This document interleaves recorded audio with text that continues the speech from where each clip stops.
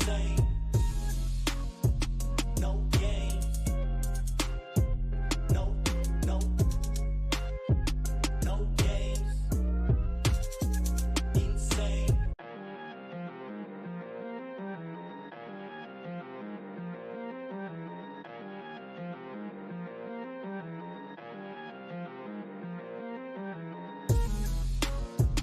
No games. No, no,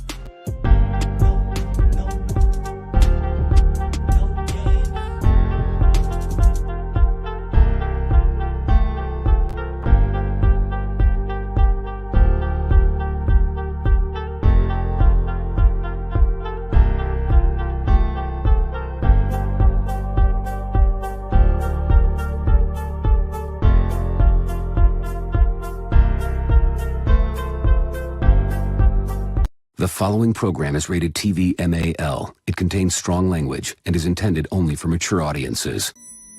They're here. You ever dance with the devil in the pale moonlight? I always ask that of all my friends. I just like the sound of it.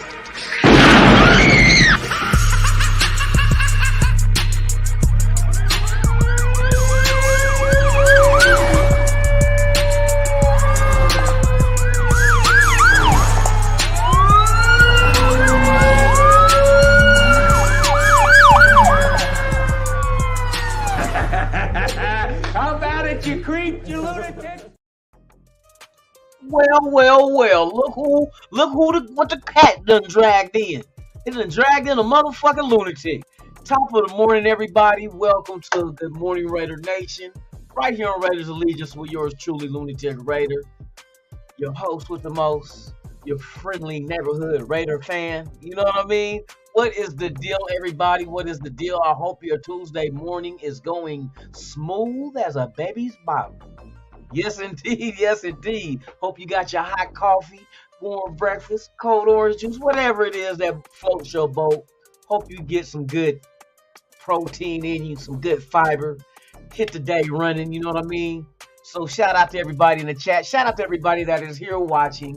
If you are watching for the very first time, please, if you would, subscribe to the channel, hit the like, hit the notification bell so you can be notified of all the content I release, even breaking news. Also, leave a comment or two. Let's get the algorithm going so YouTube can suggest these wonderful Raider videos to all the Raider fans that roam the earth in their silver and black. You feel me? Because we are a nation, a true nation. We're not a country.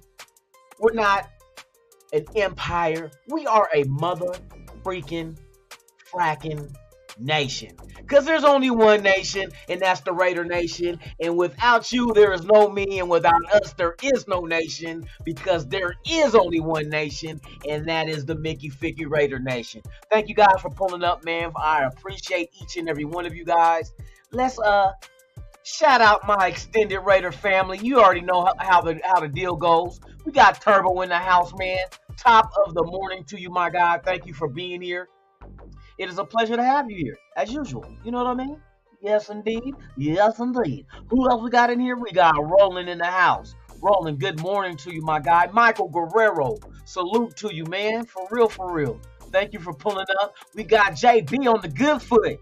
What's the deal, Raiders? Oh, I see them flags, baby. Hey, that's right, that's right. Navy Vet 44, salute to you guys, man. Hey, thank you for supporting the channel and pulling up.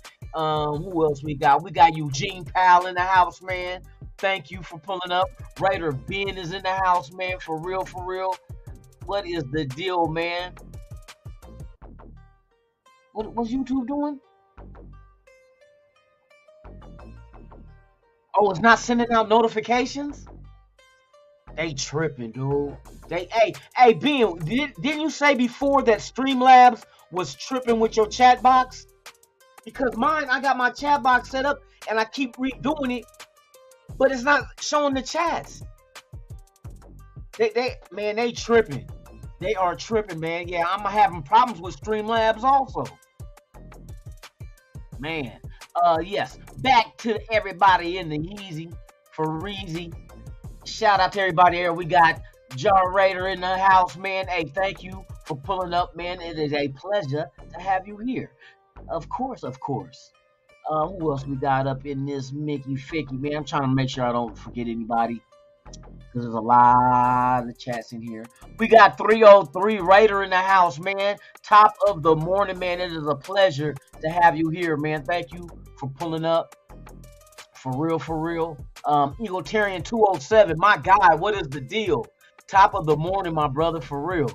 Thank you for pulling up. Oh, we got Gabby in the house. How you doing, Gabby?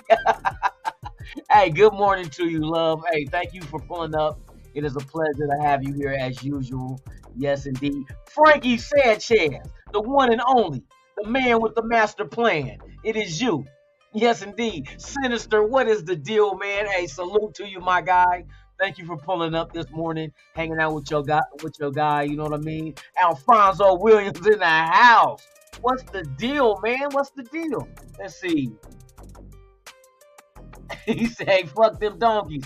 Fuck them donkeys. Hey, they didn't want that business, man. We had to give it to them. You know what I mean? We had to give them the business. Hey, oh well, that's what they wanted, and that's what the fuck they got. So it is what it is. You know what I mean? Let the motherfuckers pout now. They pouting. Shit. I seen somebody crack a joke on Twitter. He said after the game, what's the running back motherfuckers that fumbled? They said after the game he went in the locker room and played a couple of Future songs, and Russell Wilson had him kicked off the team for playing Future in the locker room.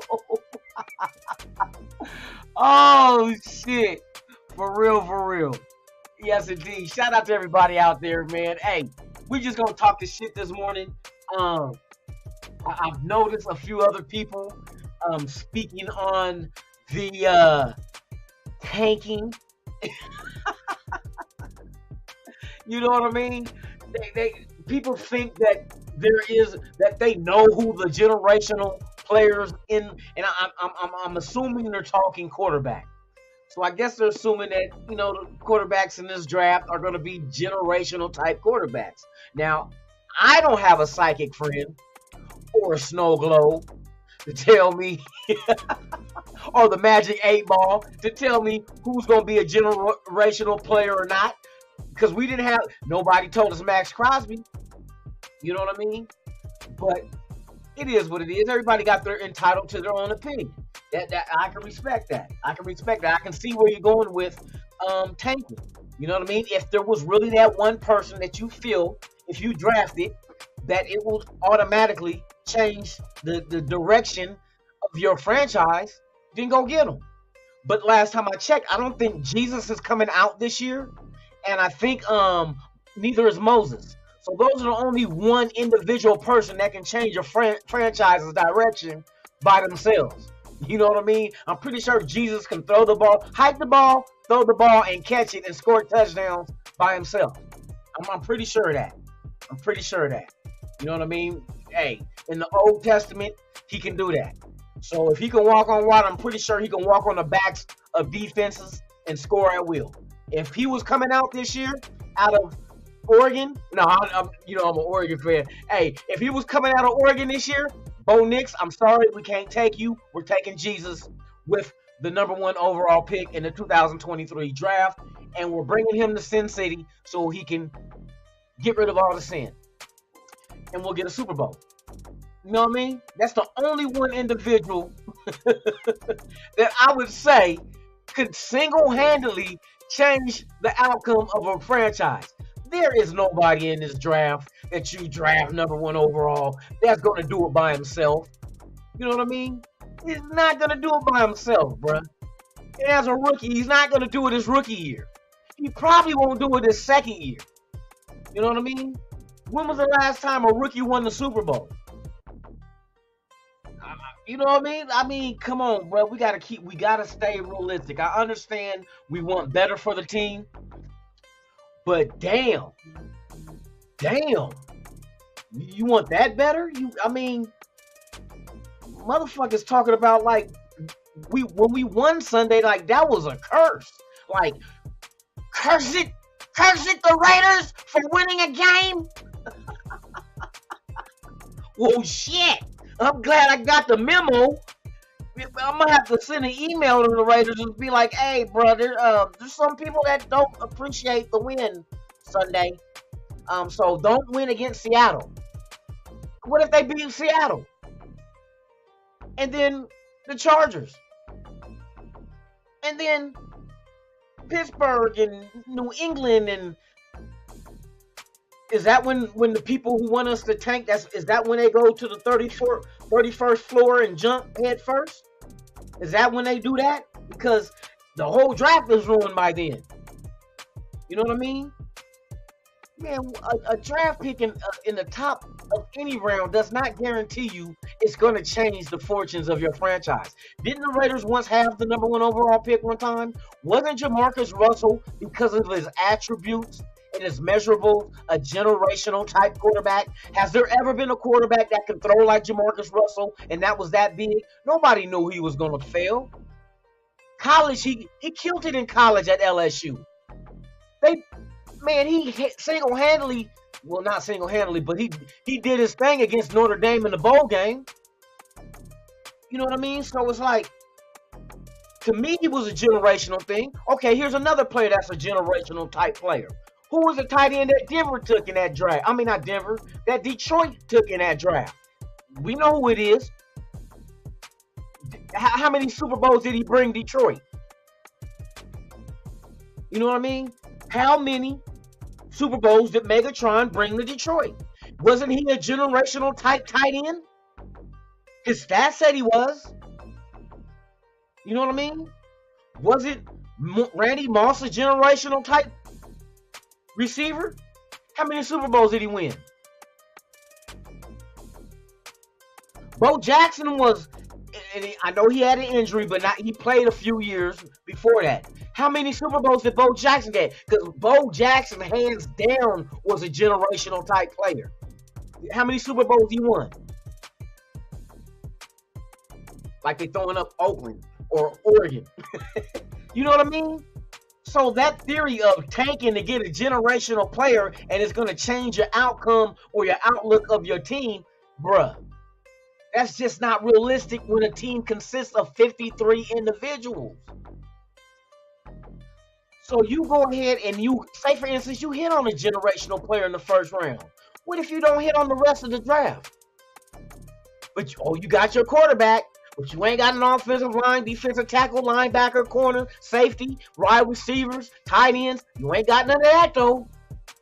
But you got your quarterback. Good luck with winning the Super Bowl. We'll be right back here in 9-10 years again. After Davante Adams retires, Josh Jacobs is gone. Cole Miller, man.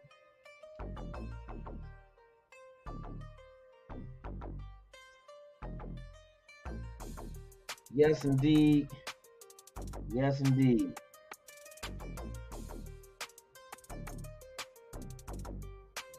But yes, man. I tell you. There's not. It's not going to be an individual that changes this team. It's going to be a complete draft. When we have a complete draft, now I'm sure, yeah, higher up in the draft, there's going to be better talent. But that's not the only talent. That's the key. That's the key. And when you're running a system, it's not going to matter if you got one. For instance, who's the best wide receiver in the league right now? Let's watch this shit. Who's the best wide receiver in the NFL this season? Come on, chat. Watch how I break this down. And would you think that wide receiver is a generational type wide receiver? He's that good, right? Davante Adams, best receiver in football, leads the league right now in touchdowns, on pace to get damn near 1,600 yards receiving. How many wins we got with him on the team? So that one generational type player, and he's a veteran. No Super Bowls? We have not. Did he win a Super Bowl with supposedly one of the GOATs at quarterback in Green Bay? Is Aaron Rodgers considered a generational type player too? So you had two generational type players on one team, but did not win a Super Bowl together. So that tells you one motherfucker ain't gonna do the shit. You need a complete team. Look at the Super Bowl winners. Show me which one of these Super Bowl teams that ever won a Super Bowl was not a complete team, that just had one generational type player. I'll wait.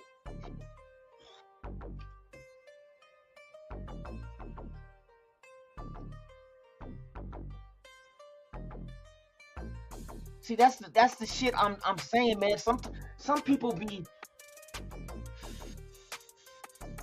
It's kind of like my dad used to say, the more I teach you, the dumber I get. The more I teach you, the dumber I get. I mean, You know that's just the shit that it just seems like to me.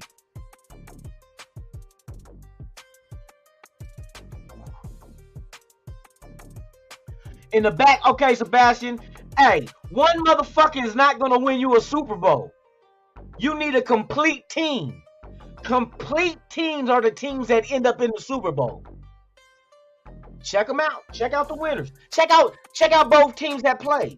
You'll never catch a team that's trash on offense, got a bomb-ass defense to make the Super Bowl. Or vice versa. Trash-ass defense, but a bomb-ass offense. They're always balanced. They're always balanced. They're a balanced-ass team. Even the Raider teams with the look at the Super Bowls the Raiders have. You think they were lopsided? Where like the offense was great and the defense sucked ass? Or the defense was great and the offense sucked ass? Look at the Hall of Famers coming off those Raider Super Bowl teams on both sides of the ball. Even the Super Bowl we lost in 2002. Look how balanced it was with Hall of Fame type talent. They may have been a little older, but they are still Hall of Famers on both sides of the ball. It was a complete team. One motherfucker ain't gonna come here and snap his fingers and fix all our woes. Come on, bro. That's 53 motherfuckers on a team. And you think one motherfucker's gonna change we just need a quarterback. Green Bay Ben had a quarterback. Devontae Adams ain't never seen a Super Bowl with motherfucking Green Bay. And how many years was Devontae there with a generational quarterback? Come on, bruh. Come on. Look at the quarter. Okay, here's another one. How many generational type players were on the Buffalo Bills? You remember back when they went to 4 straight Super Bowls and lost all 4? Phil Simms quarterback? How many Super Bowls? They went to 4, but they lost all 4. And they had multiple players on that team. They was very well balanced. But they lost to better teams. The Giants, the Cowboys. Hell, that same Buffalo team beat the shit out the LA Raiders in 1990. Beat the dog shit out of us. And we had a solid team in 1990. We wasn't just trash.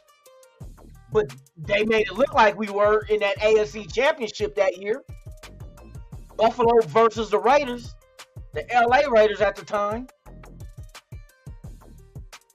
You gotta stop we always trying to find the easy way out. It's easier to lose a game than it is to win a game. So what, we taking the easy way out? Just tuck your tail and lose? I got 2 tattoos on my forearm. If people don't know, I got a sword. Both swords. In the handle, it says, no surrender, no retreat. Do you know what that means? You never give up and you never run from shit. Why would we expect our team to fucking surrender? How many boxers or MMA fighters said they do not want to leave the ring? If they left the ring, they're willing to leave the ring on their shield. That means they are not quitting. It's to the death. What kind of Raider fan is that? You want our team to have the kind of fucking mentality? Oh, we're just gonna quit in the middle of the fucking season. Just quit and tank and just lose on purpose. Are you fucking serious? Just for a fucking draft pick? Boy, I tell you, I don't know where that generation come from. We was never built like that shit. Ever. When times get hard, you quit? Who fucking instills that in their kids? Well, son, if you can't pass the math test, drop out of school. Well, if the work is too hard for you, just quit the job and not make no money. Oh, well, if your marriage is getting rocky, get a divorce. Just quit. Don't even try to fix it. Just quit. Fuck it. You'll get a better wife and go find a better wife. Good luck.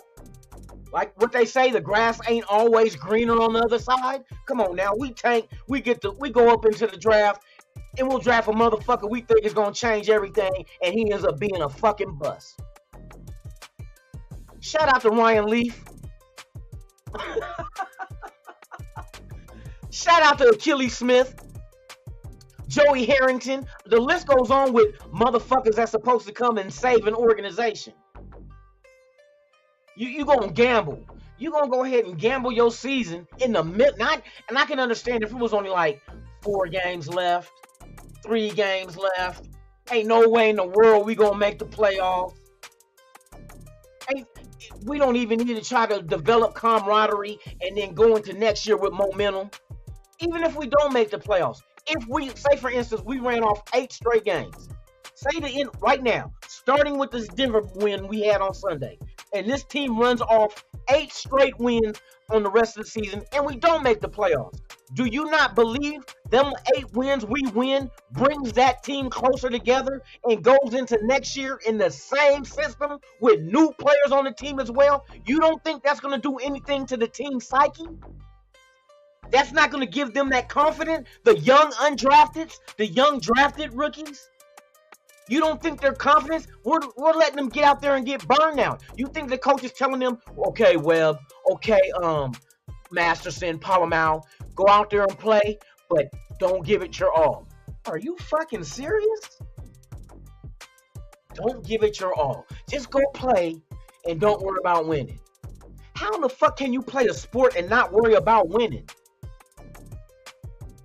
What the fuck is the logic in that shit? What is the logic in playing a professional sport but not trying to win? What? So what? We're going to start giving out participation trophies to the Raiders after the season? You didn't win, but you participated. Here's your trophy. Man, these are grown-ass men getting paid to play a sport. I'd be damned these motherfuckers get a participation trophy for just participating but not trying to win. Just to tank for a draft pick that's not guaranteed to pan out. Man, that shit is ridiculous to me, man. Hey, good morning, Jorge C. Thank you for pulling up. Holly, what is the deal? Thank you for pulling up, dear. Nice to see you here. I'm just talking, you know what I mean, my truth, my opinion about tanking. Never was a fan of tanking. I mentioned it yesterday. How long has the 76ers were tanking to get a championship team? How many rings they got since they tanked? Oh, they got Embiid. Embiid is a bomb-ass motherfucking player. Is that one player? And this is on a team that only has 15 people on a roster. Did he bring a ring to Philadelphia? No. Wasn't Allen Iverson a generational type player? Did he win a ring? No. What? Charles Barkley was a generational type player? No ring. Patrick Ewing? No. Dikembe Mutombo? No. What? Reggie Miller? No. You mean these generational players that went to these teams couldn't win a ring by themselves? Go, are you serious? You could not win a ring by yourself on a team-oriented sport? No. But I thought that only a generational player can change the outlook on things. I thought that's the case. No, it's not. Fuck. Well, damn. I guess that shit don't work then, huh? Go figure. Go fucking figure. Shout out to Raider Patches. Hey, Turbo, I'm calling it what it is, man. I'm calling a spade a spade. Motherfuckers get so caught up in trying to take the easy way out. Like I said, it's easy to lose a game. But why? Is that in you? Can you actually be a professional athlete? And like, I know they do it in boxing because of the money. They might slide you an extra so much. Hey, take a dive. You know how scandalous boxing is, but you're only dealing with one individual who can control the whole outcome of a sport. But you got to get 53 motherfuckers on the same page to all buy in to tanking. You think you'll be able to do that? You think you can go grab 53 motherfuckers and be like, I want all y'all to go play the game, but don't give it your all. I want you to go fail. Go out there and play, but don't play to win. Do you think the competitive nature of a Devontae Adams, a Derek Carr, a Max Crosby, a Josh Jacobs is going to actually go along with some shit like that? And you got somebody like Josh Jacobs that's trying to earn a new contract because he does not have a fifth-year option. You think he's going to go out there and not give it his all and tank? And he's trying to get a bag to feed his motherfucking family? You think he's willing to give up money on tanking just so the Raiders can get a draft pick high in the top 5? You think he's willing to do that? Exchange success for a draft pick that ain't gonna give him part of their paycheck when they get that contract signed? Come on, bruh. We gotta be realistic with this shit. I know it's a sport, but it's a motherfucking job. These motherfuckers feed their family off of what they do. And it's not a fucking career that's long. You gotta get what you gotta, you gotta get what you get right now in football. That's how football works. You gotta get the bag right now. One Achilles tear, one severe concussion or multiple times, severe knee damage, whatever the fuck, can end your whole career. And then what are you left with? So you want this man who has no security after this year to go tank and devalue his production and his worth. You want these players to devalue themselves. What? So the front office can say, okay, Josh, well, you started off hot. You got 900 something yards, but the last 8 games of the season, you only got 70 yards. But you asked me to tank. We didn't really say that. We just want a high draft pick. So you want me to sacrifice my value and me getting my next contract to feed my family? You want me to sacrifice that for you to go get you a top draft pick? Get the fuck out of here. Get the fuck out of here with that stupid shit. Come on, bro. Motherfuckers can't see past their nose. Tank. Like, you really gonna sacrifice these other motherfuckers' career just for the sake of the Raiders getting a high draft pick?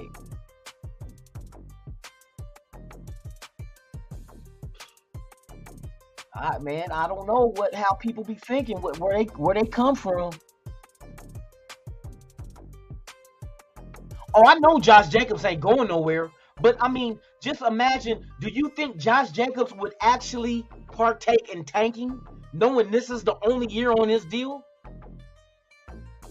How can you? That's like an oxymoron. We want you to tank, but we want you to be productive. How the fuck can I do both? How can I be productive and tank? You know what I mean? You can get as many yards as you want, but fumble before you score touchdowns. What the fuck? You can't ask these people to do that shit, man. Come on now. Does that seem fucking logical?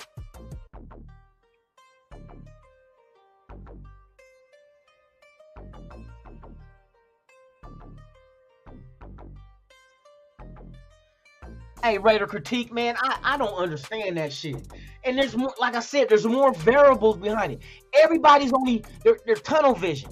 They're tunnel, like horses. You know how they get the flaps so horses can just have tunnel vision? They don't want to be distracted with the peripheral. This is what the people who wants us to tank is doing. Not realizing the people that are affected by your actions. By your actions. On a tank job. And it's hard to, you know what I mean? It's kind of like when these professional boxers like Mayweather been doing, gets at the end of their career and then they start holding what they call exhibition fights, not real fights. You know what I mean? But let that motherfucking professional fighter, Muhammad Ali did it with Lyle Alzado. When they did an exhibition, him and Ali and Lyle Alzado fought. And this is what Ali said. He was taking it easy on him. Basically tanking. Not really trying to hurt Lyle. Not put him out. Not trying to win a fight. Just putting on the exhibition until Lyle Alzado tested him and tried to throw a shot on him. And then motherfucking Ali said he had to let him know he does this shit for real. It's hard to try to hold back your competitive nature.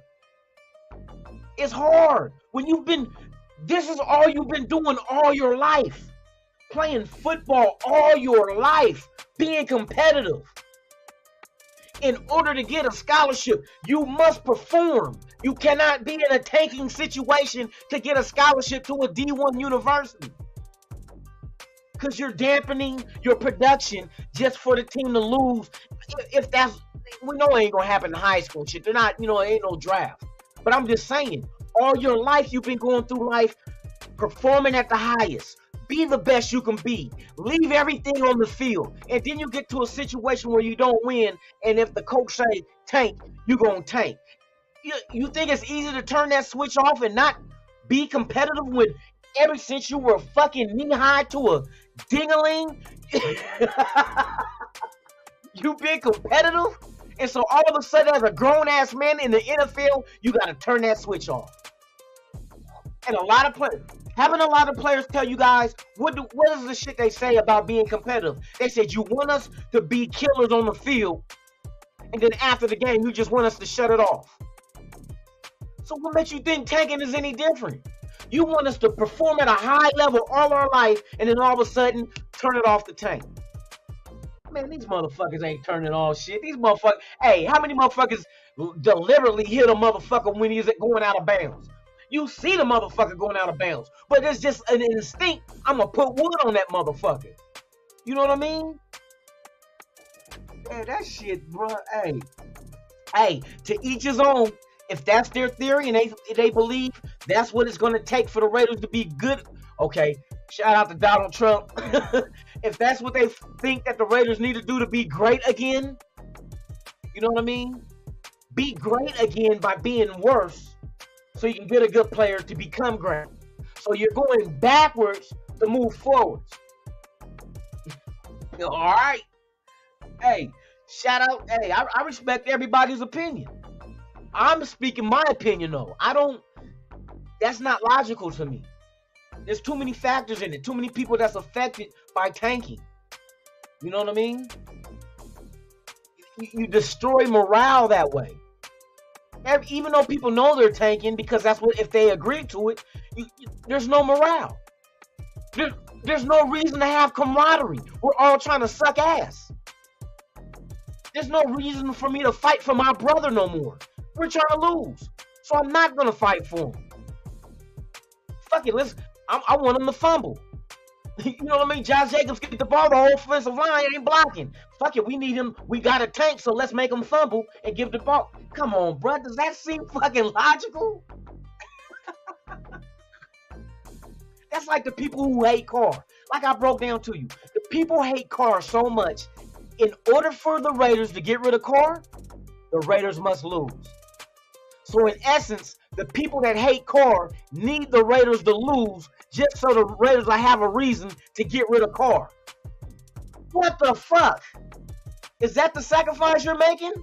You want your team to lose so bad to get rid of Carr that you're willing to go through taking loss after loss after loss just so they can, Carr, we got to let you go. Or bench him, and then you could be like, yay! And now we don't win another game? So you're happy with us losing just to get rid of Carr. That's the same mentality they got. You need the Raiders to lose to get rid of the quarterback you hate. Wow. Wow. Wow, wow, wow. I need my son to break his leg by a UPS truck so I can get a settlement and make money. So you willing to sacrifice your son's health just to get a paycheck. That's the same mentality. Not the same shit, but the same mentality. You're willing to take a loss to try to get a gain. Oh, it's better to, you know what I mean, lose the fight and not the war. But ain't nobody trying to lose the fight on purpose. If you're trying to lose the fight, don't even fight then. Don't fight. Just quit. You know what I mean? Quit. Tap out. Tap out before you even get that arm bar put on you. Or a triangle chokehold. Or a Kimura. You know what I mean? Just tap out once you get in the ring, tap out.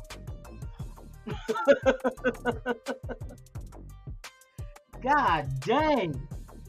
What the fuck I do with this shit, man? This shit is crazy. What's the deal, Rosa? To everybody that is watching, please, if you have not done so, please subscribe. It doesn't cost a dime, doesn't cost a penny, doesn't cost a nickel. It's free. You get it for the F-R-E-E, free. You know what I mean? So please subscribe, hit like. If you want to leave a comment, man, feel more than welcome to do that. We are on every morning, weekdays, Monday through Friday. It is 7 a.m. Pacific, 10 a.m. Eastern, but the shows are different. Monday through Thursday, it is Good Morning Raider Nation live podcast, and Friday is the Trash Talking Fuck Your Team Friday. And this Friday, it is the Seattle Seahawks.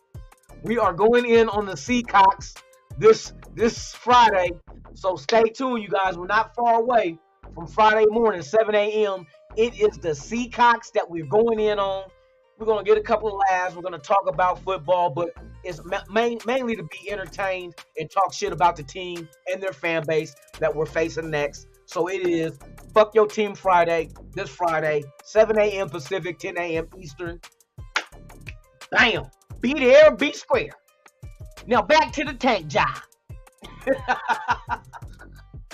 Oh my God. Why I gotta pause? What am I pausing? What pause?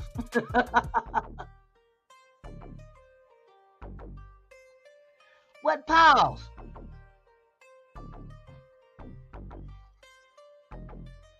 You know what? They don't have to like DC. See, this is the thing. You don't have to like DC. But when it gets to the point of where you need the team to fail just to get rid of a player you hate, that's not. Where the fuck that come from? You know, you can still say, man, hey, DC, you the quarterback. I don't like your motherfucking ass, but you better win these games. Whatever happened to that shit? You better get out there and play mistake-free football. Not, man, throw interceptions. Oh, come on. And now look, now the people that hate Carr got the people that's tanking in the celebrating with him. Come on, I need Carr to throw interceptions. I need him to fumble so we can tank. And then the haters like, yeah, I need him to do all that too so they can get rid of his ass. I need him to get rid of too so we can tank and get a high draft pick to get his replacement. That's a good idea. Hey, the enemy of my enemy is my friend. Hey, let's truce up. The Kardashians with the tankers. Hey, the Kardashians and tankers done joined up. They gangbanging on us. Kardashian! Motherfuckers. Tankers! Tankers! Come out and play. These motherfuckers, the gangs of NFL. The tankers and the Kardashians, boy, then built an alliance to take down the nation. Oh my God. They need to do a fucking animation of that. The tankers and the Kardashians done clicked up. Now they one big gang. The Kardashian takers. Oh shit, y'all better watch out. You better watch out. They're packing deflated footballs and whistles that don't work. Referee whistles that don't work and deflated footballs. And they got people spying.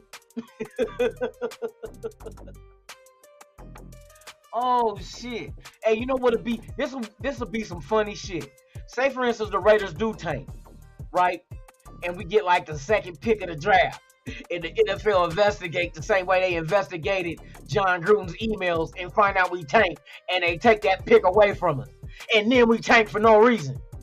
Wouldn't that be something? They found out we tanked on purpose and they took away our draft pick? Oh shit. Everybody want to tank until they can't handle taking the tank. You tanking the tank. For real. You fuck around and tank to get a high draft pick, the league finds out and strips you of that same draft pick. Now you don't have a first round pick. That's your punishment. Boy, I tell you, the same thing will make you laugh or make you cry. Yes, we got the second pick. Oh, the league is taking it away from us because they found out we tanked. Bruh, the same thing will make you laugh or make you cry. I'm telling you. Yeah, hey, motherfuckers got, hey, you better walk on some eggshells doing that shit. Boy, I tell you, life is full of irony. And I ain't saying ironing like you got wrinkles in your shirt and you got to put water to get the steam going. We talk about irony. You know what I mean? You tank to get a high draft pick and the league takes it away from you because they found out you tanked. Wow. Oh, trying to always take the easy way out. Well, I tell you, motherfuckers always take the easy way. They always want to find the easy way. They don't want to work for shit. They don't want to work for shit. Give us, hey, let's just lose and just get a high draft pick. Man, yo, man, fuck all that shit, man. I don't know what the fuck that is.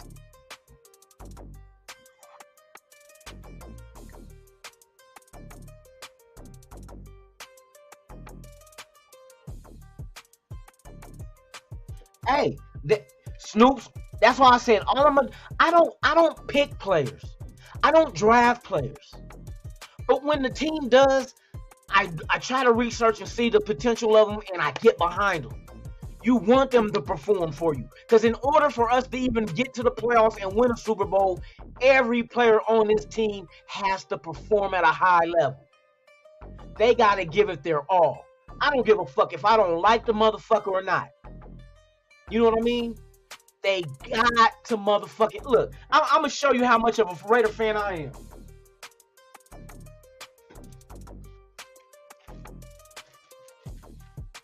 As soon as Antonio Brown became a Raider, in the bag, still in the bag, Antonio Brown's jersey, still in the bag, brand new. And he never stepped foot on the field and played one game for us. But when I found out he was a Raider, and I ain't burning this shit, hell no, I ain't burning this shit. Because not only does the success of a player make shit valuable, they're monumental failures as well. I'm going to find that drunk fool one day, and he's going to sign this shit.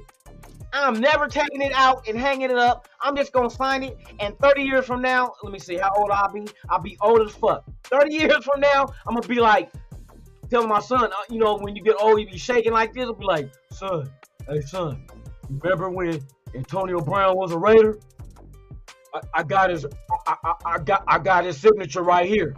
This is gonna be worth millions, and it's only gonna be worth like $5. It's gonna devalue.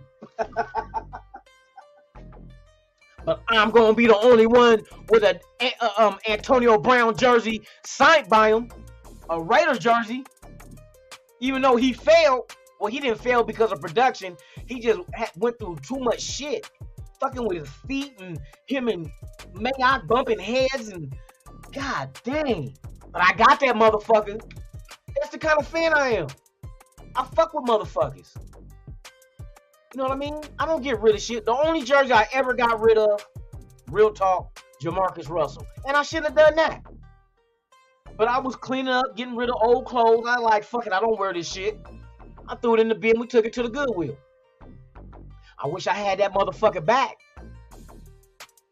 You know, because that's still part of our history. It was a bad draft pick, but it was our draft pick. You know what I mean? Should have kept the shit. I bet you I won't get rid of that Antonio Brown jersey. I will get him to sign that shit. I hope one day. Hey, bro, sign this shit.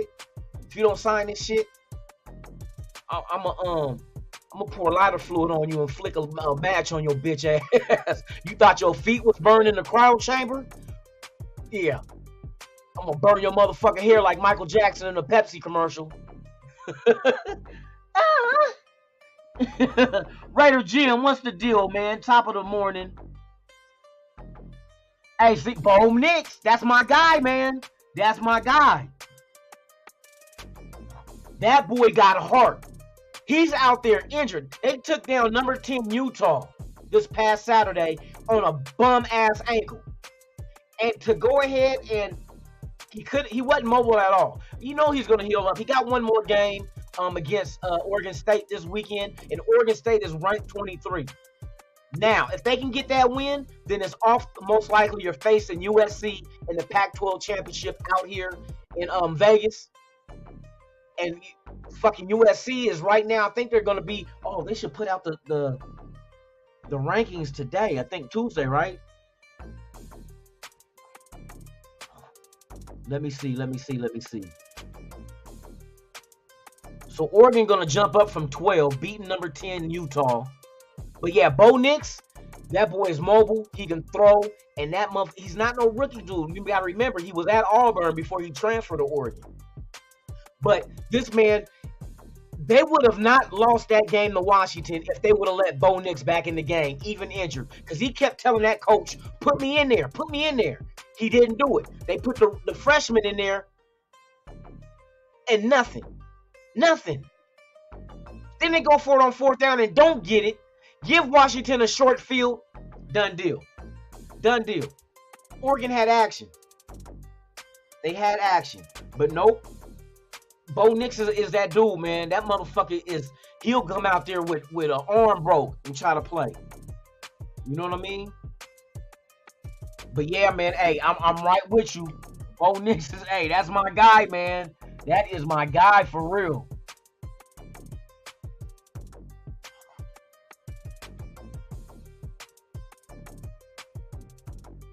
I think Knicks will be there in round 2. There's just too many other quarterbacks that will go ahead of him just because of, I think it's because of the focus on those schools. You know what I mean?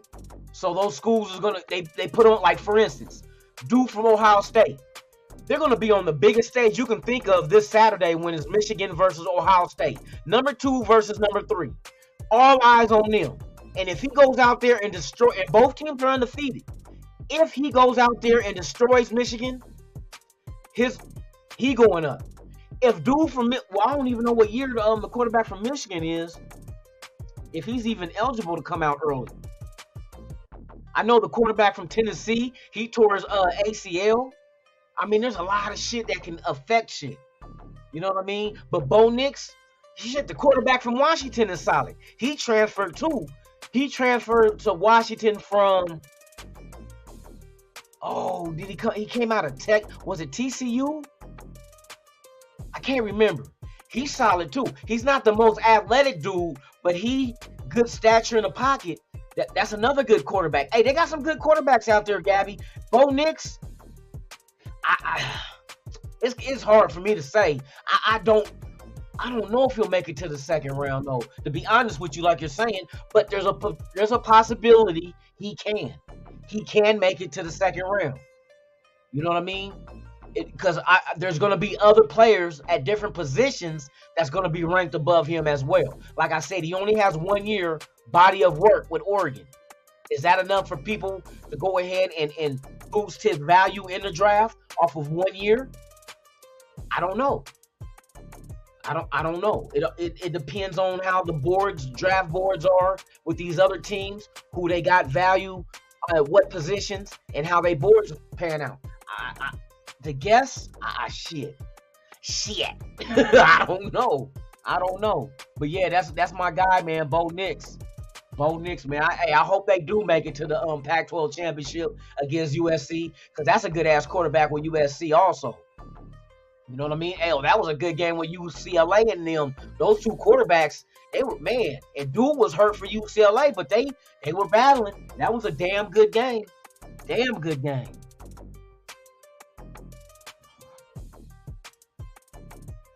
Big Worm say, Big Worm, who your college?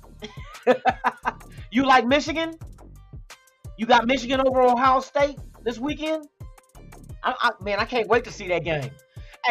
Hey, since we're tanking, everybody, since we're tanking, we need to all start watching college football in these bowl games so we can see who the Raiders is going to take with the number 2 pick. All right? So who's gonna do a draft board of our pick at number 2 overall?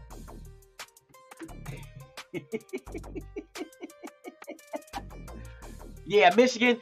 Hey, I've been a fan of Michigan for years, man. For real. Ohio State is decent too, but I mean, I wasn't like I'm buying Michigan shit. But I remember as a kid, their helmet, the 3 stripes in the wings.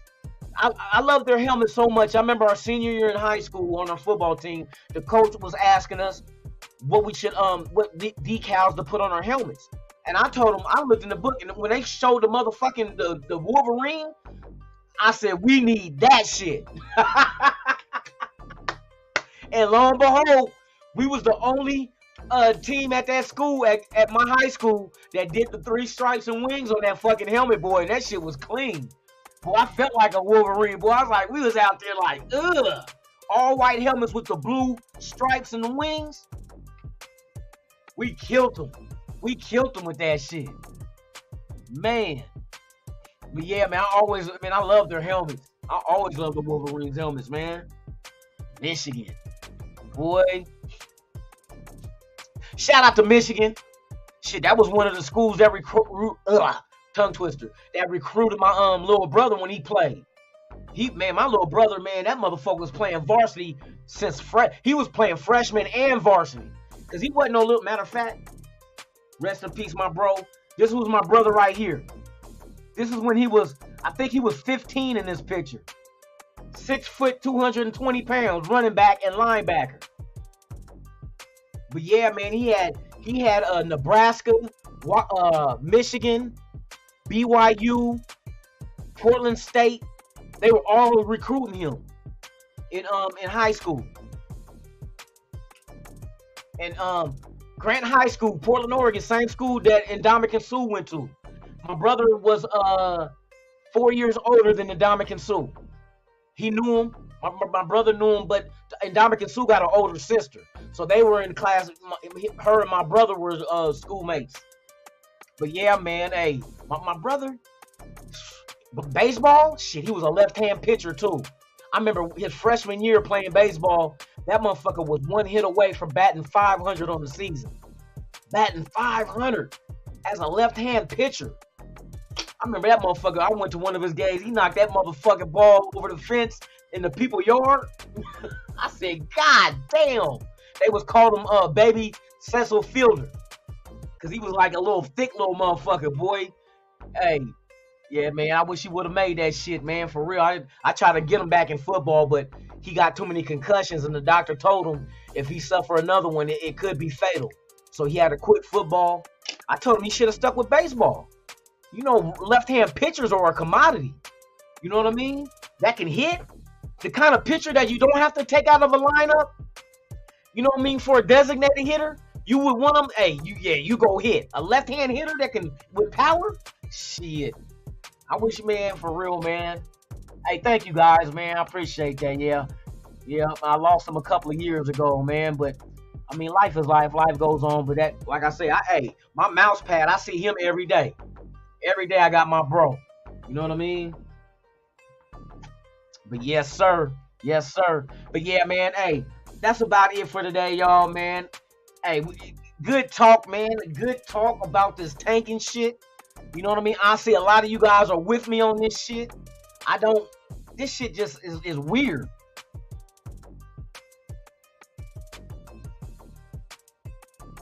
You know what? I'm going to tell you like this, Snoops. I want a mobile quarterback.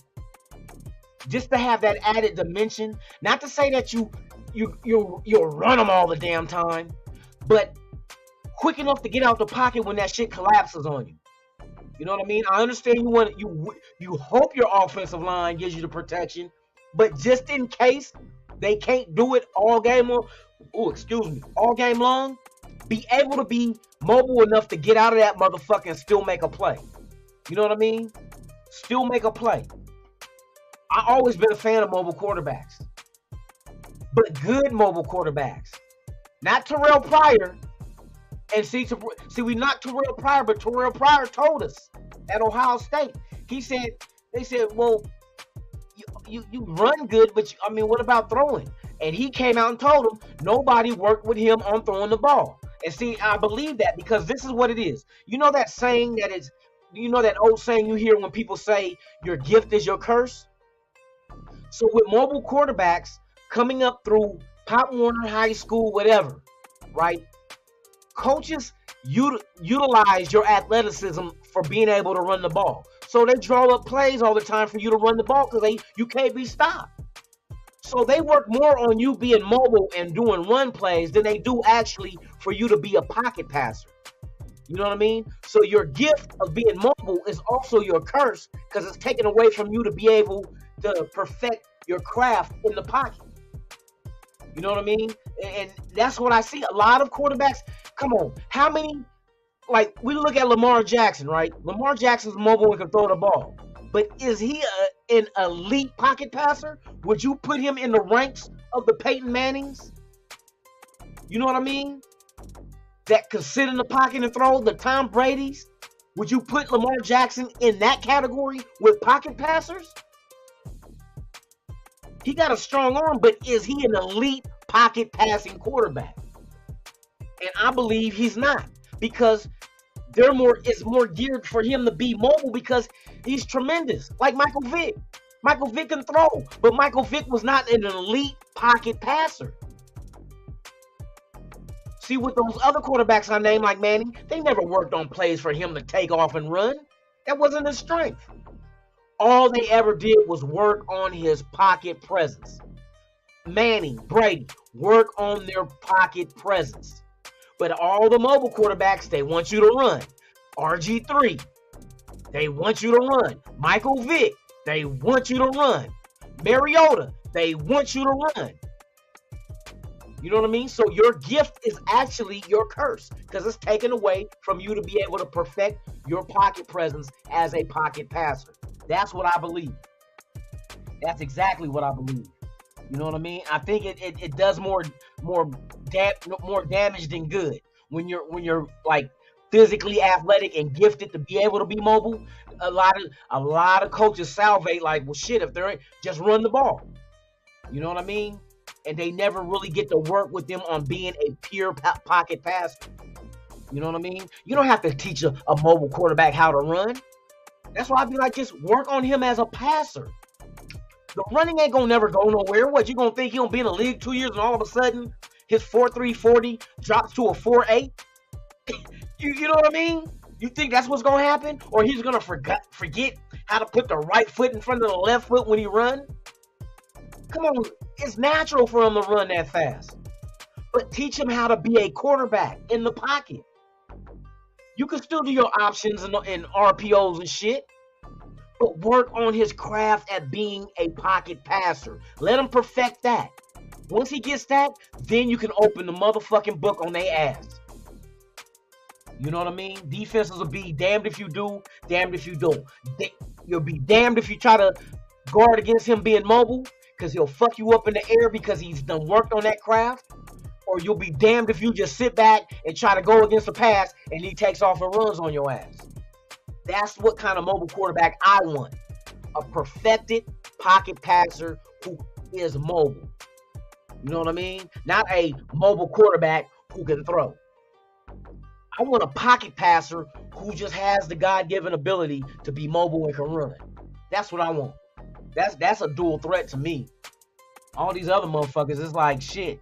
They can throw the ball, but not on an elite level like the most elite pocket passers ever to be in this game.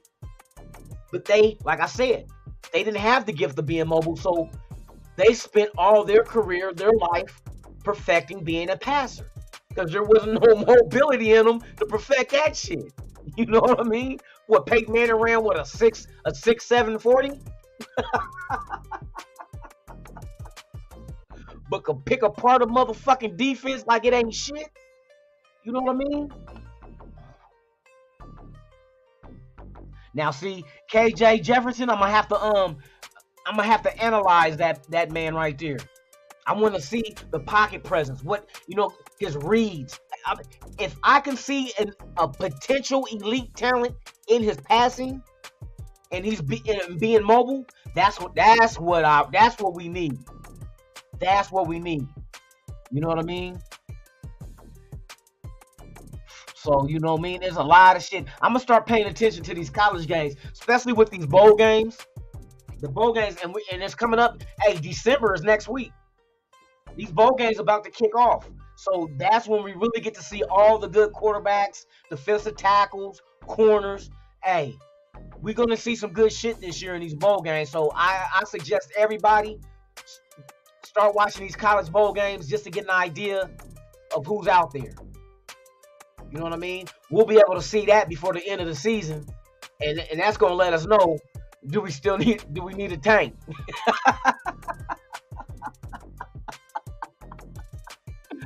Oh my God. Russell Wilson is a clown. Is a clown playing lion tamer. He's trying to tame the lions, and the lions looking at him like, you fucking clown. I'll swallow your little ass in one gulp. He's a clown for training to be a lion tamer. Come on, let's ride. You're not a lion tamer. You should have did though. This is how Russell Wilson should have did like the Bronco Country Let's Ride commercial. Bronco Country. Let's ride. You fucking clown. You fucking clown. Let's ride Bronco Country. That's how he should have did that shit. Not trying to be aggressive like he a lion tamer like Bronco Country. Let's ride. Bruh, that's not even the effort y'all putting out on the field. You putting golly. Let's ride, donkeys. You know what I mean? Oh, clown ass motherfucker. Motherfucker ain't got no draft picks. Hey, Seattle's sitting there like, yeah. Oh, yeah. We got your picks. We got your picks. And you ain't got none. You ain't got none. Shout out to Eddie Murphy. We got McDonald's. We got McDonald's. You ain't got none. And then motherfucker come out with a homemade hamburger with grease dripping down his arm. Eddie Murphy was one of the real, not one of, is the one of the GOATs of all time at comedy, man. That shit was funny as shit. Bronco Country. Let's ride. All shot. Let's ride. Oh shit! Hey, the Bronco fans ain't even trying to watch Wilson. Shit, that motherfucker get that quarterback. These motherfuckers is like this at the game, trying to peep and shit. You still out there? Fuck! I seen him. Shit. Motherfuckers, hey, think they gonna turn into stone if they see him. Did he see me looking at him? Oh shit! He see me. Shit. I ain't turning stone yet. Oh shit! He see me. Is he coming? Oh shit! He coming. Oh shit! Hold on, let me disguise myself as a tree. They don't even want that motherfucker to come. This motherfucker walking around the stadium can't even reach up and give high fives. You don't have a reason to give a high five. You need a step ladder any motherfucking way. Can't reach up and touch the fans. Motherfucking little ass. Here's Russell Wilson trying to high five after a win. High five. High five. Somebody. High five. Little midget. Oh shit. Alright, y'all. Let me get my ass up out of here, man. I had fun with y'all, man. Hey, people watching, subscribe, hit like, notification, leave a comment. Enjoy your day. May you be blessed. Make it back home to your loved ones this Tuesday. Man, I will see you guys tomorrow morning. 7 a.m. Pacific, 10 a.m. Eastern, right here on Raiders Allegiance with yours truly, Lunatic Raider. It is the Good Morning Raider Nation live podcast. I'd like to thank each and every one of you guys for coming. On the way out the door, make sure I'm giving away gifts today. So look under your chair, you guys. I'm gonna do like Oprah Winfrey. Look under your chair, you guys. and you get the tank, and you get a tank, and you get a tank. Let's tank, America. Make America tank again. Let's tank. With that being said, guys, enjoy your Tuesday, man. I'll see you guys here tomorrow morning. We're going to rock and roll, do the same old shit with your friendly neighborhood Raider fan, Lunatic. Hey, thank you guys, man. Enjoy your day. Be blessed, man. You and your loved ones make it back home safely. And I'll be here tomorrow. And as you know, about this time, I'm out this B.I.N. They're here. You ever dance with the devil in the pale moonlight? I always ask that of all my prey. I just like the sound of it.